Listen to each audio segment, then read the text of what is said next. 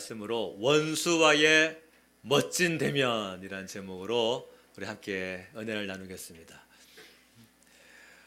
어떤 아내가 거울을 보다가 갑자기 우는 거예요. 그래가지고 남편이 그 모습을 보고서 옆에서 여보 왜 그래, 뭔 일이야? 그랬더니 서러워서 그래요. 서러워서. 뭐가 그렇게 서러워? 그랬더니 내 평생 여태까지 당신 뒷바라지 하다가 애 생겨가지고 이제 애 뒷바라지 하다가 이제 내 얼굴을 보니까 이렇게 쭈글쭈글 다 늙어가지고 서러워서 울어요. 서러워서. 그때 남편이 뭐라 하냐면요, 뭘 그런 거 갖고 울고 그래. 당신은 가끔 거울을 보지만 나는 당신 얼굴 맨날 본다고. 나도 참고 사는데 뭘 그래.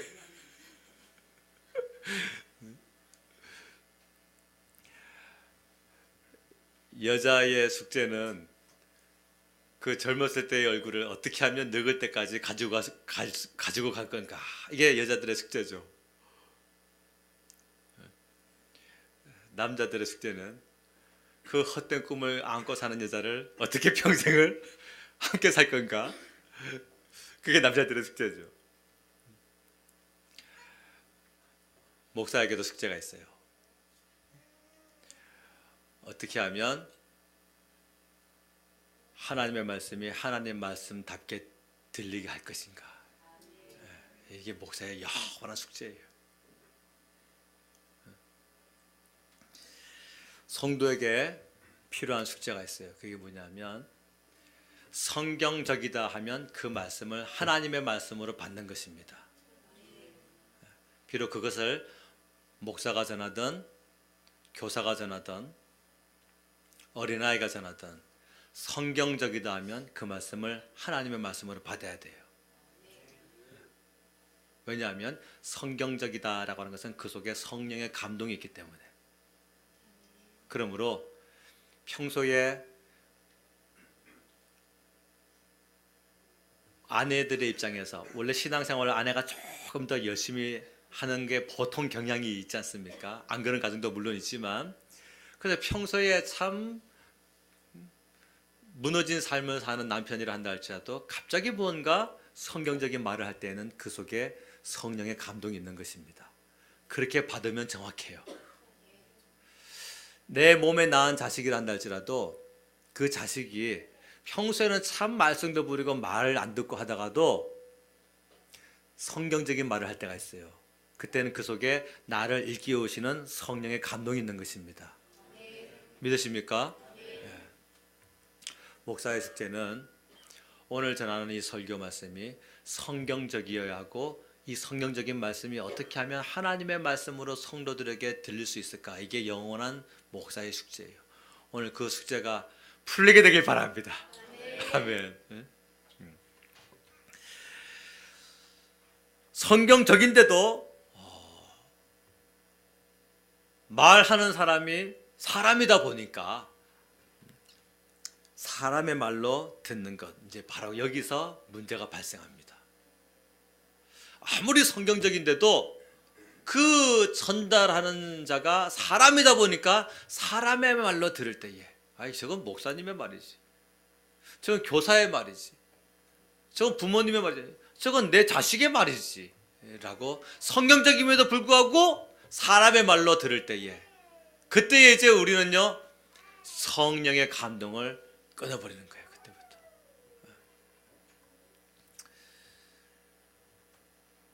어떤 사람에게 아무리 성경적이라 한다 할지라도 자주 거짓말을 하는 사람에게 보세요, 성경 말씀에 거짓말을 하지 말라 하지 않았습니까? 라고 전달해 줄 때에 그것이 거짓말하지 말라는 하나님의 말씀으로 가슴에 팍 새겨지는 그런 심령이 된다고 한다면 너무너무 감사한데, 사실 그렇지가 않단 말이에요.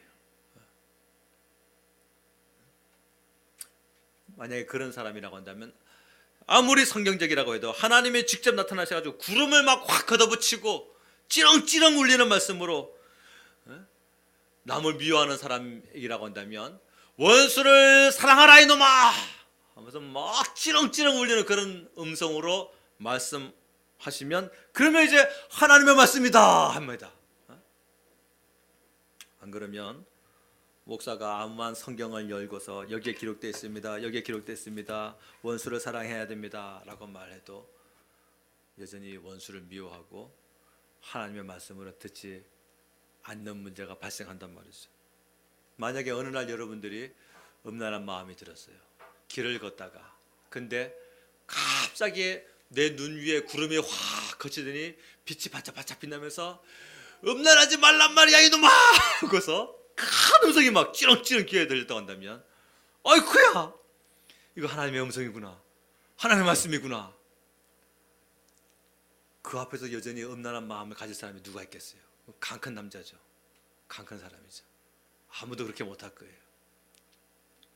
근데 목사가 음란한 마음은 음행과 같습니다. 우리 예수님 말씀에 그렇게 기록되어 있습니다. 하고서 음란에 대해서 성경에 막 찾아가지고 말씀드리면 이게 과연 정말 그 구름이 열리고 찌렁찌렁 울리는 하나님의 말씀과 같은 효과를 발휘할 수 있을까?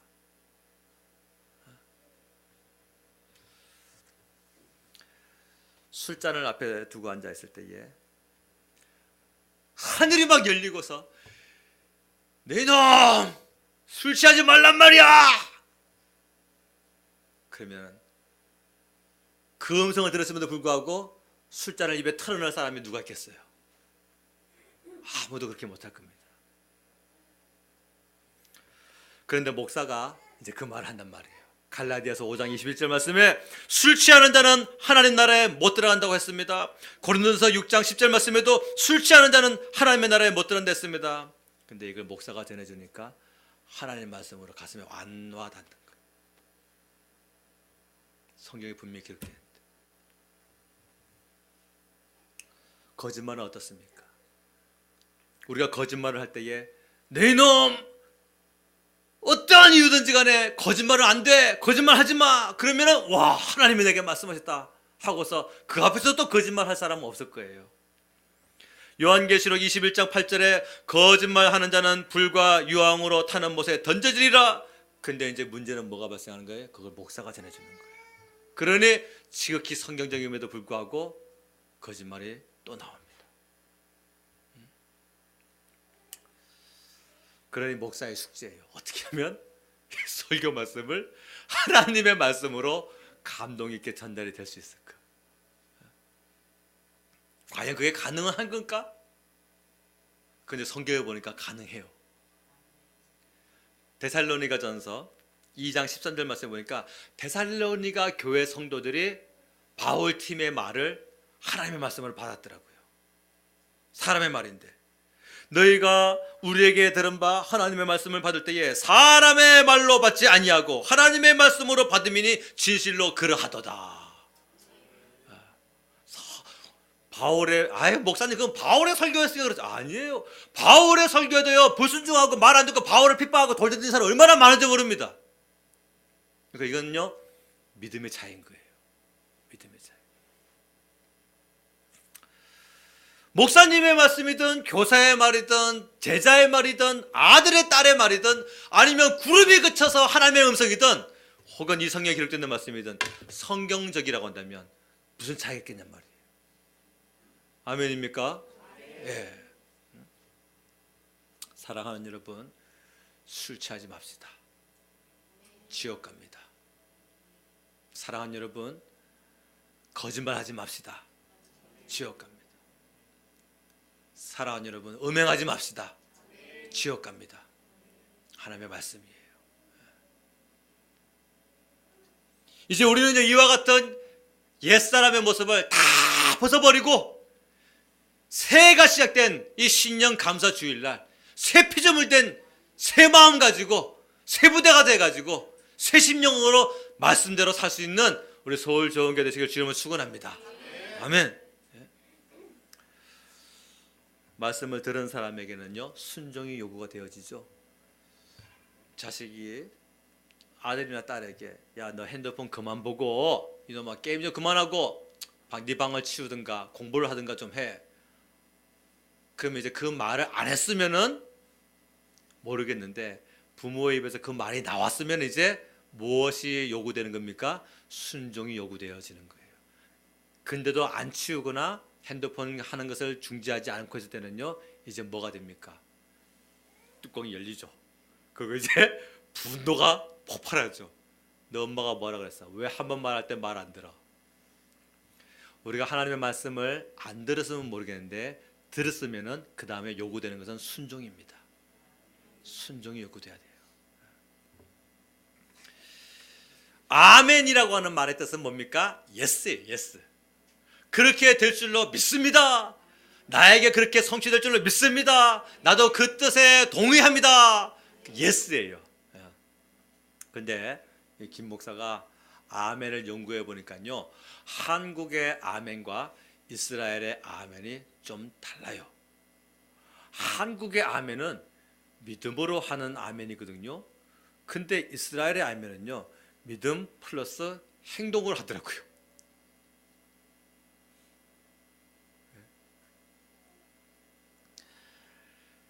저분이 그 말을 한 것에 대해서 나는 전적으로 그렇게 따르겠습니다 할 때에 아멘이 나와요. 이스라엘은요. 근데 어느새부턴가 한국의 아멘은 내가 마음으로 믿습니다 할 때에 아멘 나오고 행동은 저 뒤에 감춰놔 버렸어요. 아브라함은 하나님이 아브라함에게 아브라함아 본토 친척 아비의 집을 떠나라 내가 너에게 지시할 땅으로 가라 할 때에 아브라함은 아멘 했어요. 아브라함의 아멘은 무엇입니까? 떠나는 것이었어요. 여러분 술 취하지 맙시다. 그리고 아멘 하십시오. 노아에게 하나님은 방주를 지어라, 큰 배를 지어라, 내가 물로 세상을 심판할 거야. 그때에 노아는 아멘 했어요. 노아가 하나님이 지으라는 방주의 규격을 들어보니까 기가 막혀요. 길이가 135m예요. 이거 항공모함이죠. 그 고대 시대에 그 배를 어떻게 짓습니까? 근데 노아가 아멘 합니다. 노아의 아멘은 길이가 135m나 되는 엄청난 배를 상중하 구조로 지으라고 하나님의 그 규격대로 그대로 만드는 거였습니다. 그것도 바닷가가 아닌 육지에다가. 사람들이 뭐라 합니까? 야, 노아 할아버지 500세 가까이 살더니 돌았구만. 노망이 들었구만. 아이, 저만한 배를 만들려면 바닷가에다가 만들어야지. 어떻게 이런 육지에다가 만들어? 저 큰 배를 어떻게 바다로 옮겨갈 거지? 근데 노아의 아멘은 어떻습니까? 이 배는 바다로 몰고 갈 배가 아니야. 하나님이 이 땅을 물로 심판한다 하셨어. 이 배는 여기서 뜬다. 그러므로 큰 비가 오면은 너희들도 전부 다 이 배로 들어오너라. 그것이 바로 노아의 아멘이었어요. 사랑하는 여러분, 거짓말 하지 맙시다. 그리고 아멘 합시다. 성경의 인물들의 아멘은요, 입술로만 예스가 아니라 삶으로 예스입니다. 삶으로. 한 번 더 말씀드립니다. 사랑하는 여러분, 원수를 사랑하십시다. 아멘. 원수를 사랑하기를 아멘 합시다. 아멘. 우리 왜 그렇게 해야 됩니까? 하나님의 말씀이기 때문에 그래요. 잠언서 25장 21절 말씀에 내 원수가 배고파거든 음식을 먹이고 목말라 하거든 물을 마시게 하라. 그건 구약 성경이잖아요. 그렇게 예민한 사람이 또 있어요.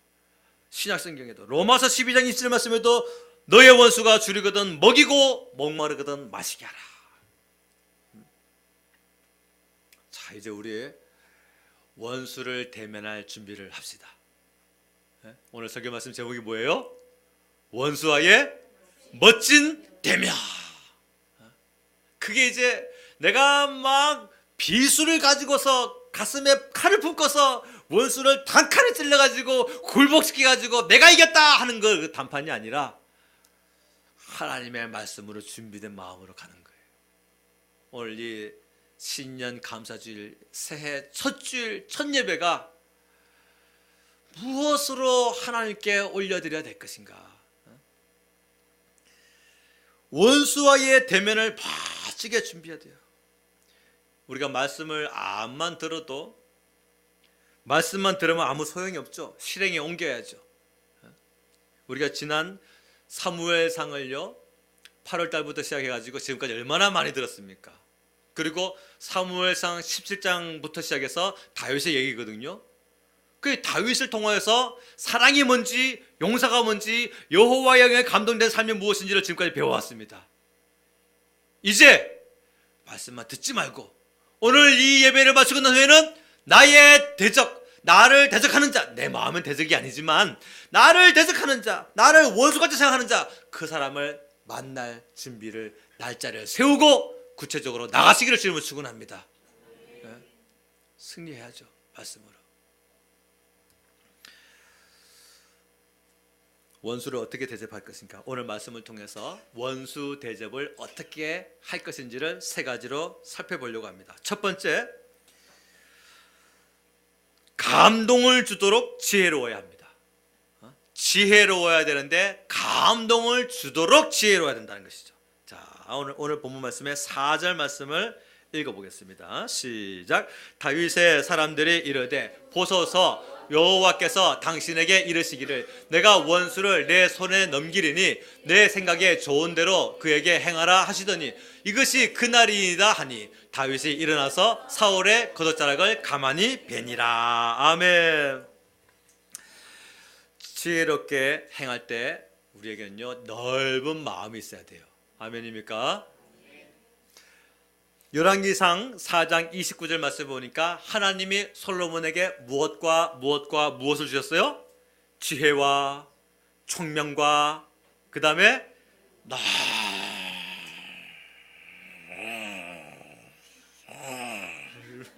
넓은 마음을 주셨어요. 넓은 마음이 아니라 아주 넓은 마음. 왜 그럴까요?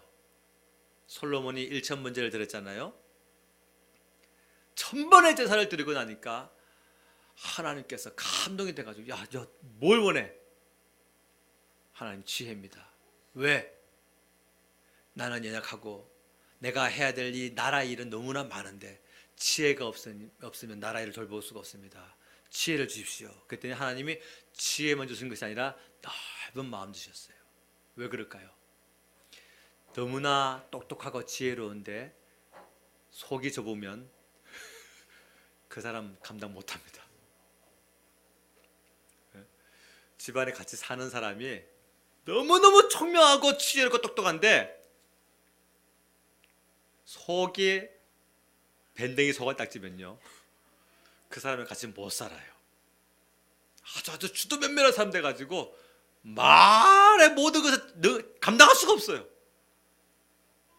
왕이 하나님께서 지혜와 총명을 주셨는데 속이 좁으면요 백성들이 못 견뎌합니다. 그래서 하나님은 솔로몬에게 지혜와 총명만 주신 것이 아니라 넓은 마음도 주셨어요. 그 넓은 마음이 얼마나 넓은가 봤더니 세상의 바닷가에 모래같이 넓게 많이 주셨다 했어요. 자, 여러분 우리 지혜로운 자만 되지 마시고 넓은 자 되실 주님을 축원합니다. 지혜롭고 속 좁은 사람보다 어리석고 마음씨 넓은 사람이 결혼 대상자죠. 안 그렇습니까? 교회에서도 마찬가지예요. 똑똑한데 밴댕이 소갈딱지 같은 사람은요 인정을 받지 못해요. 그러나 어리숙해도 마음이 인자하고 넓은 사람은 존경받게 돼 있어요. 왜냐하면 우리는 다 연약한 사람들이기 때문에 나의 단점과 나의 부족함과 나의 모난 성품을 안아줄 수 있는 그런 사람에게 감동받게 돼 있단 말입니다. 그런데 하나님이 넓은 마음이시거든요. 하나님은 너무너무 지혜로우신데 또한 하나님이 넓으시거든요.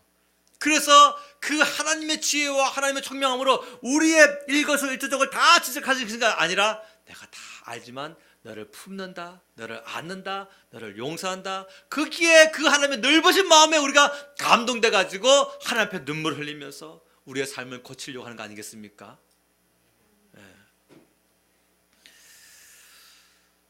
자, 그래서 누구든지 목사도 마찬가지고 교사도 마찬가지고 지도자도 마찬가지고 영적인 리더도 마찬가지고 심지어 집안의 부모님도 마찬가지예요. 모두가 다 내가 영적인 위치에서 무언가 말을 하고 일을 계획한다 하는 사람은 전부 다 넓은 마음이 있어야 됩니다. 우리 새해를 넓은 마음으로 시작하시기를 주님은 축원합니다. 오늘 이 도망자 신세인 이 다윗이 숨었어요.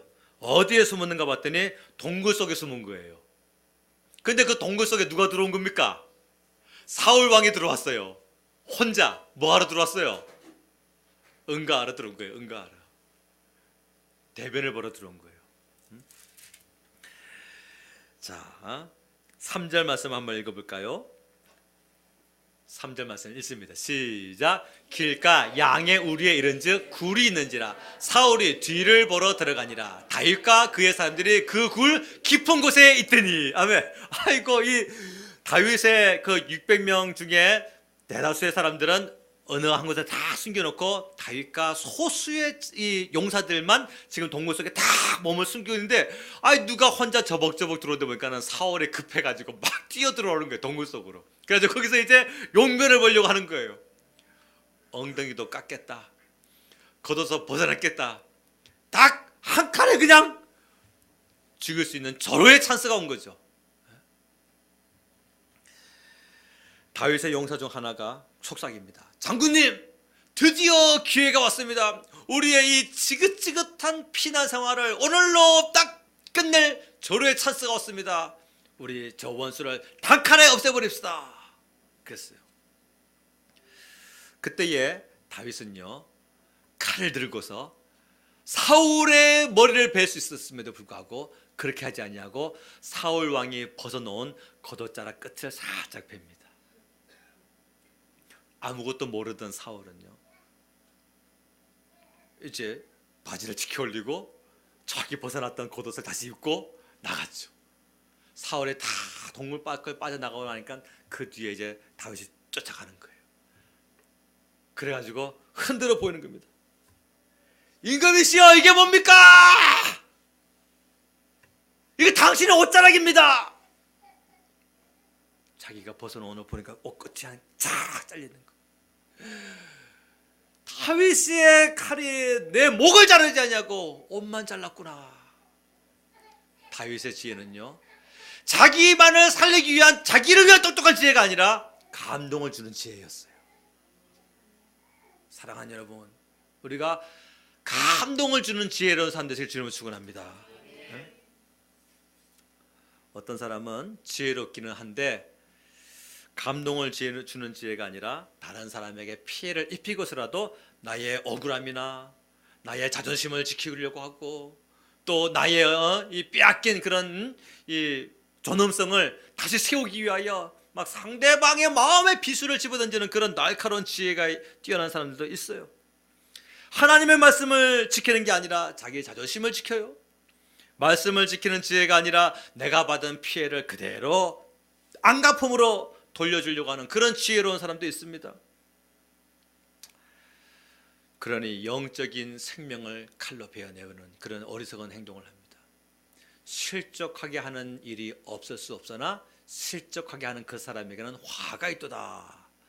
실족하게 하는 그 사람은 차라리 그 목에 연자 맷돌을 들이우고 바다에 빠뜨리는 것이 그에게 낫다. 다시 말하면 다른 사람 시험 들어서 저럴 바에는 하나님 나 안 믿겠습니다. 세상에 교회가 저렇고 목사님이 저렇고 성도가 저럴 바에는 하나님이 안 계신 것 같으니 나 신앙생활 안 하겠습니다.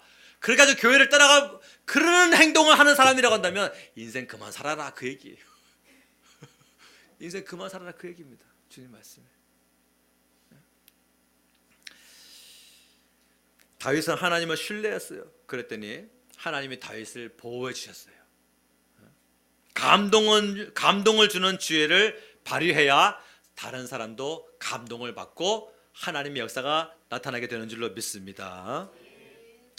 프레드릭 놀란이라고 하는 성도가 있어요.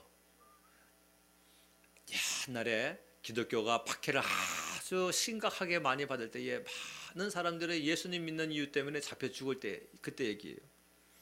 이제 핍박을 피하기 위해서 막 쫓기다가 오늘 본문에 다일 것 같이 동굴 속에, 급한 김에 그 동굴 속에 들어갔어요. 근데 그 동굴이 다윗이 숨었던 이 동굴만큼 깊지가 않고 그냥 좁다란 동굴인 거예요. 들어가 보니까. 근데 뭐 급하니까 빨리 들어가 봐야죠. 동굴 밖에서 사람들의 목소리가 들립니다. 여기 숨은 거 아니야? 이 속을 한번 뒤져봐야 되겠는데? 그때 이제 프레드릭이 할 수 있는 건 아무것도 없죠.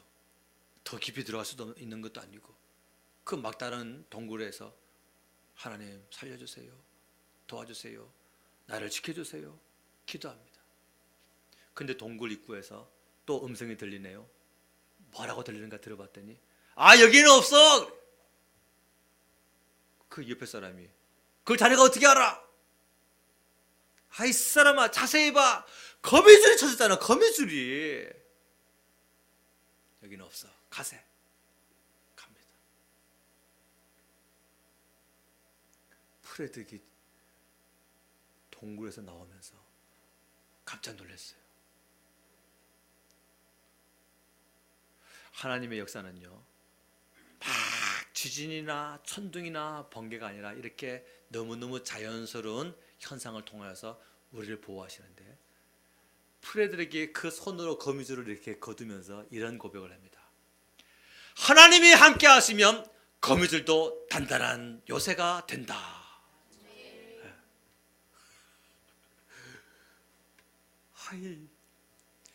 엘리야를 먹이신 엘리야에게 그 욕심 많은 까마귀를 통하여서 떡과 고기를 날라주신 하나님께서 하나님의 성도를 보호하기 위하여 거미에게 감동을 주셔가지고 순식간에 막 거미줄을 치게 하신 거예요. 하나님이 함께 하시면 거미줄도 단단한 요새가 된다. 그런데 이제 거꾸로 말하면 어떻게 될까요? 하나님이 함께하지 아니하시면 튼튼한 산성도 거미줄같이 된다. 그 말씀이 성경에 있습니까? 있어요. 여호와께서 지키지 아니하시면 파수꾼의 경성함이 허사로다. 여호와께서 세우지 아니하시면 집을 세우는 자의 수고가 헛되고, 여호와께서 성을 지키지 아니하시면 파수꾼의 깨어있음이 허사로다 그랬어요. 하나님을 신뢰하는 것이 지혜인 것입니다. 그러므로 우리가 막다른 길에 도착했을 때에는요, 기도 외에 다른 것을 할 수 있다는 것 자체가 타락인 것이죠. 기도 외에 내가 뭔가 다른 방법이 떠오른다는 것 자체가 이미 벌써 신앙에서 벗어난 거 아니겠습니까? 자, 두 번째로 원수와 만날 대면을 준비할 때 무엇으로 준비해야 되느냐? 그도 하나님의 피조물임을 인식을 해야 됩니다. 오늘 6절 말씀이에요. 자, 오늘 6절 말씀을 같이 한번 읽겠습니다. 띄워주세요. 6절 시작. 자기 사람에게 이르되 내가 손을 들어 여호와의 기름 부음을 받은 내 주를 치는 것은 여호와께서 금하시는 것이니 그는 여호와의 기름 부음을 받은 자가 되매니라 하고. 아멘. 다윗이 지금 여기서 뭘 말하고 있는 거예요? 사울 왕이 하나님의 기름 부음을 받은 사람이다. 그 고백을 해주고 있는 겁니다. 사울 왕이 언제 기름 부음 받았어요? 자그마치 20년 전에. 20년 전에 있었던 그 사건을 아직도 다윗이 고백해주고 있는 거예요. 사울 왕을 위해서. 사무엘 선지자에게 20년 전에 사무엘상 10장에서 청년 사울의 나이 40대 되던 때에, 그때에 사울에게 기름 부어서 왕을 삼았단 말입니다. 그러면 사울이 그 후로 기름 부음 받은 자답게 살았습니까? 아니에요. 전혀 그렇지 못했어요. 하나님의 세운 왕이 고작 질투에 눈이 멀어가지고 소년 다윗을 자기 왕자를 노리는 자라고 질투에 눈이 멀어가지고 그 소년 다윗을 죽이려고 정치는 하지 않냐고, 나라 일을 하지 않냐고, 사람 죽이러, 국민 죽이러 쫓아다니고 있는 거예요. 그리고 더군다나 사울 왕은요, 악령이 들렸어요. 악령이 들렸어요. 그 사실을 제일 잘 아는 사람이 누구예요? 다윗이에요. 왜냐? 다윗은 소년 시절부터 사울에게 악령이 들어올 때에 궁중 찬양 사역자로 들어가가지고 찬양 사역을 하면서 악령을 쫓아주는 일을 했거든요. 그 사역을 감당했던 겁니다. 그렇기 때문에 그 누구보다도 사울은 악령들을 일렸다라는 사실을 다윗이 제일 잘 압니다. 근데 지금 여기서 뭐랍니까? 그는 여호와의 기름 부음 받은 자다. 자, 우리 사랑하는 여러분, 우리 목사님들을 향한 말을 좀 아껴야 돼요. 좀 조심해야 될 필요가 있어요. 저 목사는 저래서 안 돼. 저 목사는 아직도 저런 말을 하고 있어. 아이고, 요즘은 목사다운 목사가 없어. 주의 종다운 주의 종이 없어. 들을 만한 설교가 없어. 와, 이제 우리 이런 말 하지 마시기 바랍니다. 네. 사울은요, 악령이 들렸어요. 그런데도 다윗은 뭐라고 합니까? 그는 여호와의 기름 부음 받은 종이다. 20년 전의 사건을 가지고 아직도 말해주고 있어요.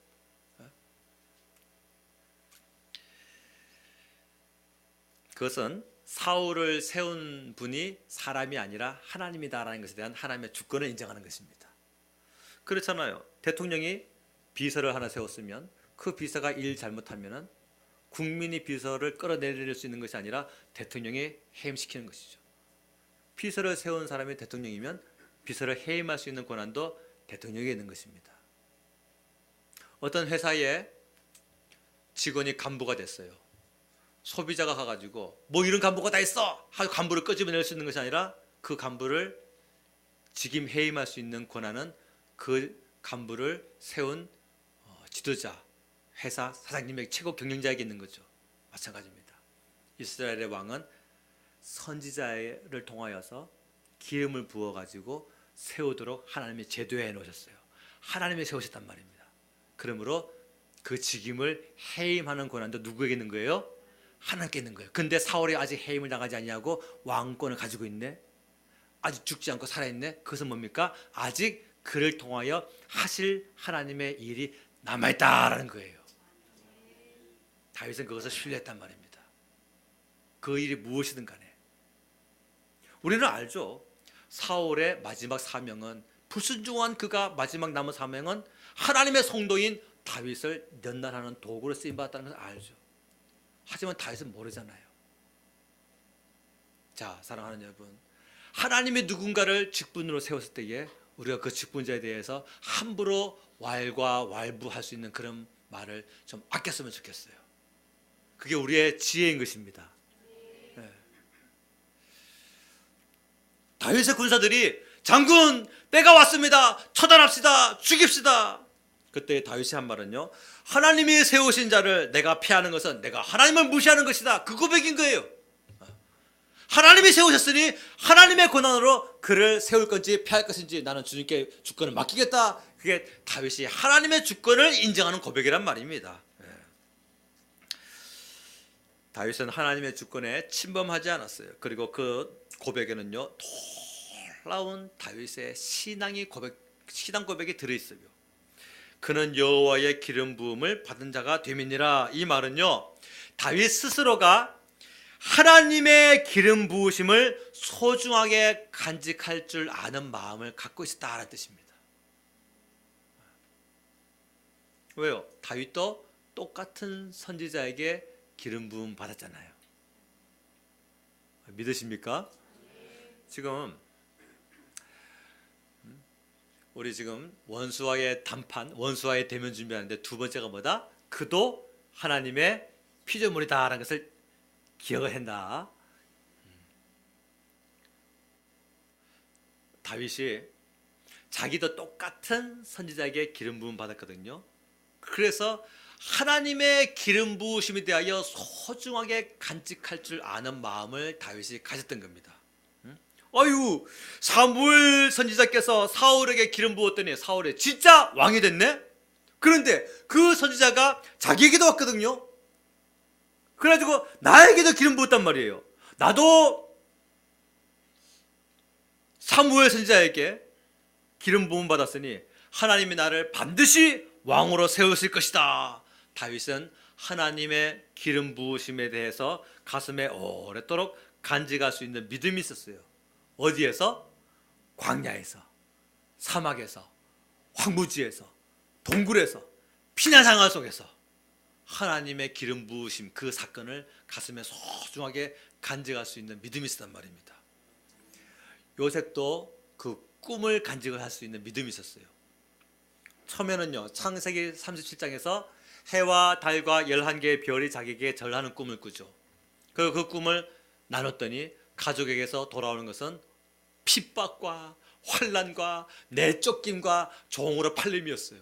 근데 요셉이 그 꿈을 얼마나 소중하게 잘 간직했던지, 나중에 보니까 처음에는 요셉이 꿈꾸는 자 요셉이었는데 나중에는 꿈 해석자 요셉이 됩니다. 그것은 자기가 가지고 있는 꿈을 가지고서 하나님께 계속해서 기도했다는 거예요. 어디에서?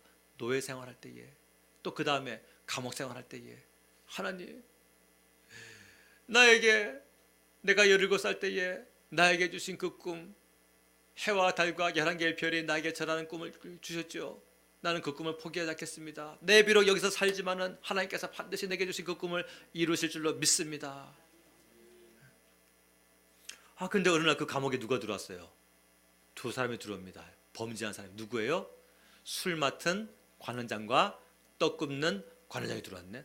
두 사람이 꿈을 꿨는데 요셉에게 꿈 얘기를 합니다. 근데 요셉이 거기서 꿈을 해석을 해주죠. 술 맡은 관원장님, 당신은 3일 뒤에 복직될 겁니다. 왕에게 용서받고 다시 당신의 복직으로 직장으로 들어갈 겁니다. 떡 굽는 관원장님, 당신은 3일 뒤에 나무에 달려 죽게 될 겁니다. 그때는 자기의 꿈 해석대로 돼버렸네. 3일 뒤에 진짜로 술 맡은 관원장은 복직됐고 떡 굽는 관원장은 사형당했네. 그러면 자 보세요, 이제 자기가 들은 그 꿈을 해석해줬더니 그대로 되어버렸어요. 그러면 이제 자기가 17살 때에 꿨던 그 꿈을 더욱더 소중하게 가슴에 간직하고 기도하지 않았겠냔 말이에요. 할렐루야. 새벽 예배 때마다 정말 자주 부르는 찬양이 있어요. 찬송가 490장이에요. 나의 놀라운 꿈, 청령남이 끼는 장차 큰 은혜 받을 편이, 나의 놀라운 꿈 청령 이루어져 주님 얼굴을 배우리라. 이 찬양을 새벽 예배 때 제일 많이 부릅니다. 왜 그럴까요? 우리 성도들이 이 예배 오기 전에 분명히 잠을 자다가 왔는데 꿈에 대하여서 마음에 오랫도록 간직하고 요셉처럼 그 꿈을 간직하고 기도하다가 하나님께로부터 그 꿈을 성취받을 수 있는 복을 누리게 해달라는 간절한 마음 가지고 그 찬양을 합니다. 뿐만 아니라 이 김 목사도 하나님께 새벽 예배 드리기 전에 똑같은 꿈을 3번 꾼 적이 있어요. 어쩌면 장면은 그렇게 똑같은지 몰라요. 그게 뭐냐면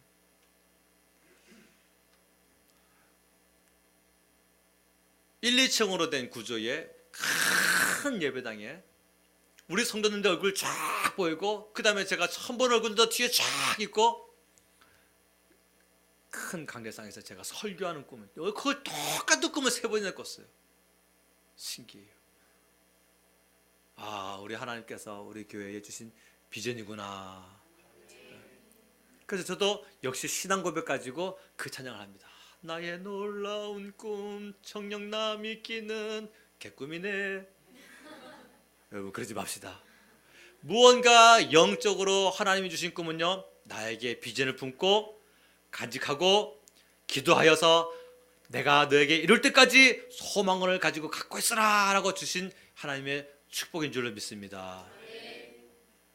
다윗이 그는 여호와의 기름 부음 받은 자다, 그 말은요, 하나님의 주권을 인정하는, 사울을 향한 하나님의 주권을 인정하는 고백임과 동시에 나도 역시 기름 부음 받은 자니까 나도 똑같은 선지자에게 기름 받았으니 그를 선지자가 와서 기름 부었더니 진짜 왕이 됐다고 한다면 내가 비록 지금 피난 생활하고 있고 쫓기고 위협받고 있지만 나도 역시 기름 부음 받은 자니 하나님께서 어느 날 나를 이 동굴에서 꺼내주실 것이고 나라 위에 왕으로 반드시 세울 것이다라는 믿음이 다윗에게 있었던 겁니다.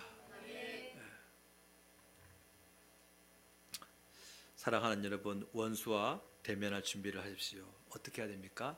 그 사람도 하나님의 피조물임을 인식해야 됩니다. 그 원수가 어떠한 사람이든 간에.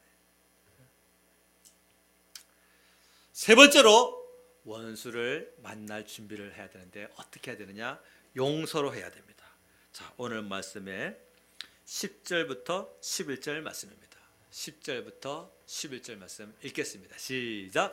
오늘 여호와께서 굴에서 왕을 내 손에 넘기신 것을 왕이 아셨을 것이니이다. 어떤 사람이 나를 권하여 왕을 죽이려 하였으나 내가 왕을 아껴 말하기를 나는 내 손을 들어 내 주를 해하지 아니하리니 그는 여호와의 기름 부음을 받은 자이기 때문이라 하였나이다. 내 아버지여 보소서, 내 손에 있는 왕의 옷자락을 보소서. 내가 왕을 죽이지 아니하고 겉옷자락만 베었은즉 내 손에 악이나 죄가가 없는 줄을 오늘 아실지니이다. 왕은 내 생명을 찾아 해하려 하시나 나는 왕에게 범죄한 일이 없나이다. 아멘. 사랑하는 여러분, 사탄은 항상 무서운 얼굴로 나타나지 않죠. 어떻게 나타납니까? 양의 탈을 쓴 일이죠. 그 겉모습은 뭐예요? 일이에요, 양이에요? 겉모습은 양이에요. 오늘 이 다윗에 함께한 용사들이 기도하는 자가 아니다 보니까 다윗에게 뭐라 합니까? 처단합시다. 원수를 갚아버립시다. 다시 말하면 다윗으로 하여금 하나님의 기름 부음 받은 자를 자기 손으로 해하게 만드는 그런 말을 합니다. 누구든지 여러분이 속상해할 때, 여러분들이 괴로워할 때, 여러분들이 마음 아파할 때에 인간적인 모습으로 여러분들에게 동조하고 그거 왜 참고 그래 바보같이 참지 마 가서 그냥 끝내버려 단칼에 할 때는 그 속에 성령이 없는 거예요. 맞아요, 안 맞아요? 맞아요. 그게 여러분들의 단짝 아내든 남편이든 자식이든 부모든 마찬가지입니다. 성경적이지 않으면 하나님의 말씀을 거스리는 것이 됩니다. 그러면 그래 내 사정을 아는 자는 너밖에 없구나, 당신밖에 없구나, 아유 내 편에는 당신밖에 없네, 고마워, 가자, 내가 뭐라고 말할까 해가지고 막 작전 회의하지 말고 하나님은 뭐라고 하시나, 성경은 뭐라고 하는가. 만약에 다윗이 그렇지 맞아, 원수가 지금 저자는 기름 부음 받은 자지만 그건 20년 전 사건이고 악령 들렸잖아, 나라 일도 안 하잖아, 미쳤잖아, 저자는 죽어도 돼 하고서 칼로 베어버렸다고 한다면 하나님은 다윗도 역시 기름 부음 받은 자의 복을 누리지 못하게 하셨을 거예요.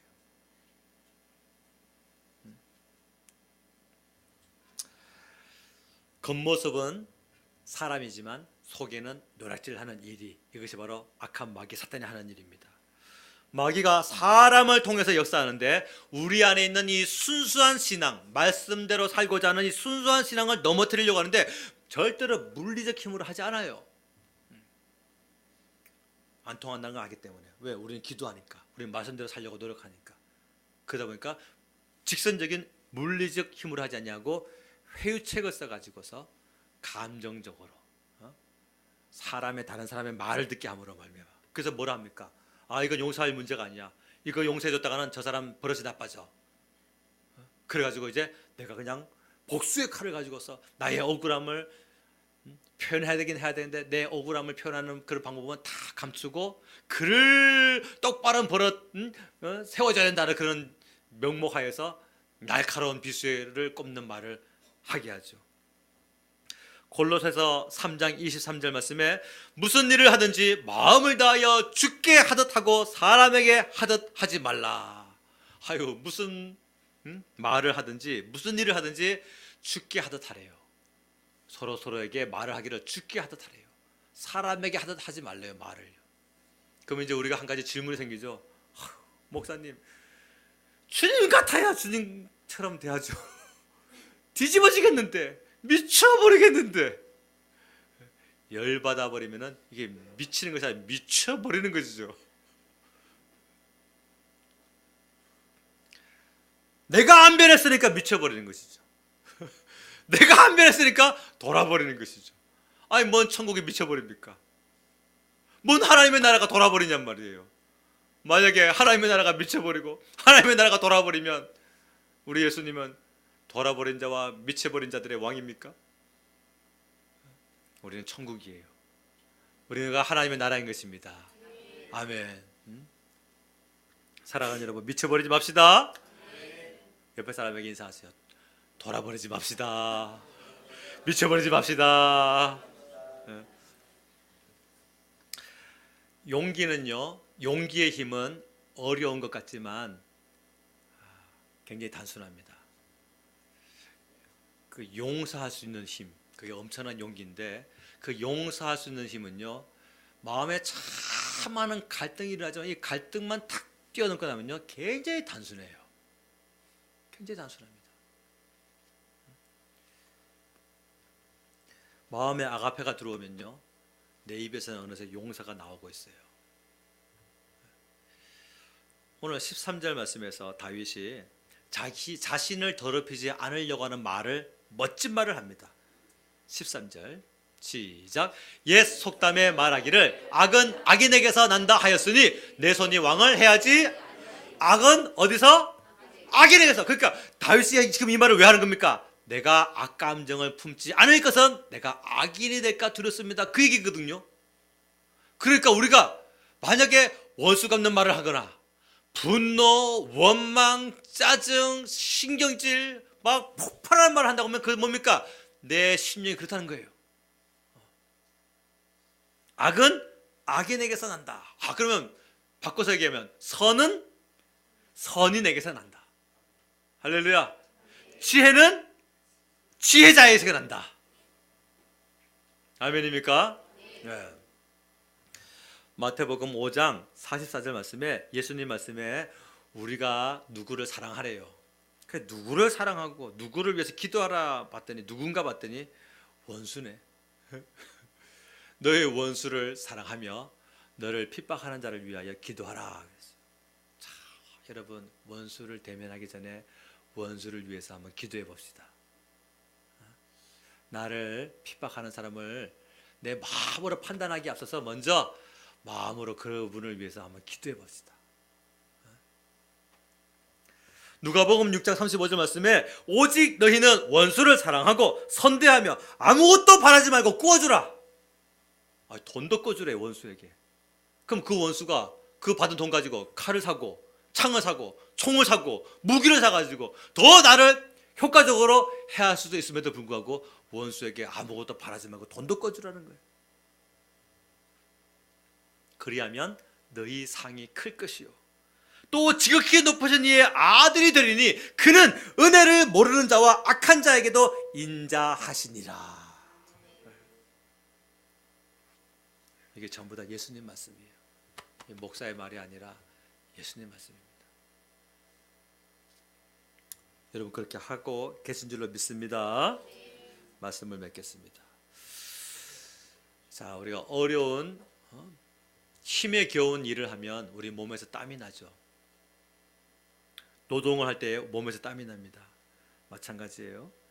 정말 원수 같은 사람을 용서하려고 할 때에 사실 우리 마음에 땀이 나요. 막 가슴이 쿵쾅거리고 심장이 막 요동치고. 왜냐? 분노 때문에 용서하지 못하는 그 힘 어마어마하거든요. 근데 그것을 극복하고 뛰어넘는 일이 있어요.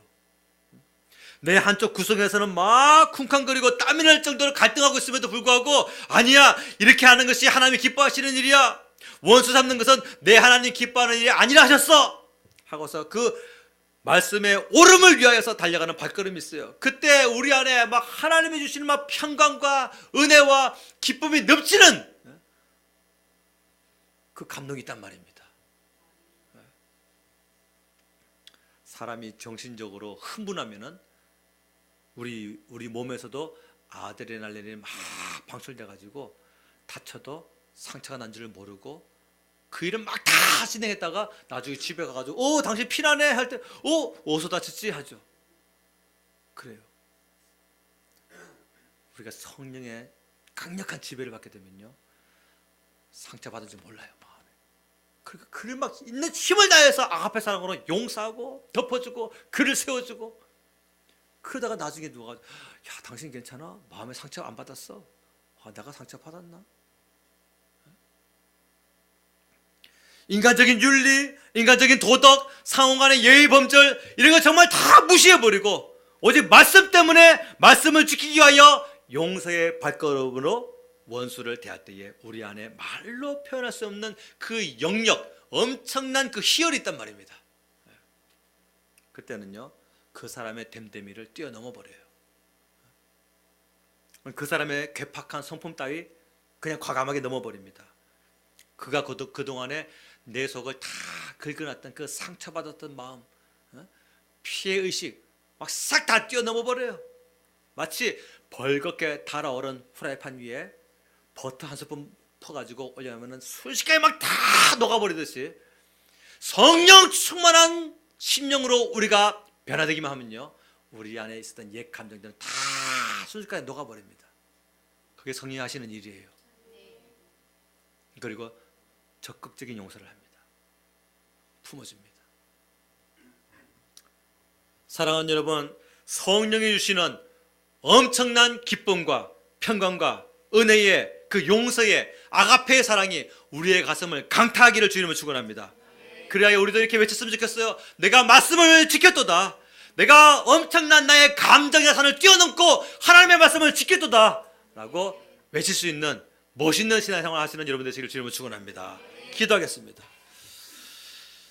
이 시간 기도할 때에 하나님 아버지, 나를 아프게 했던 그 문제에 대하여 내가 피해의식, 상처받은 그 감정에 붙들리지 아니하고 하나님의 말씀에 붙들린 삶을 살기로 결단하오니 성령님, 나의 이 모든 육신적인 감정을 다 눈녹듯이 녹여주시옵시고 하나님의 말씀대로 준수하며 살아갈 수 있는 믿음의 사람 되게 하여 주시옵소서. 지혜를 주시고 사랑을 부어주시고 넓은 마음을 부어주시고 모든 사람을 하나님의 피조물 대하듯이 대할 수 있는 영역을 우리에게 부어 주시옵소서. 주여, 새 몸으로 손을 기도하겠습니다. 주여.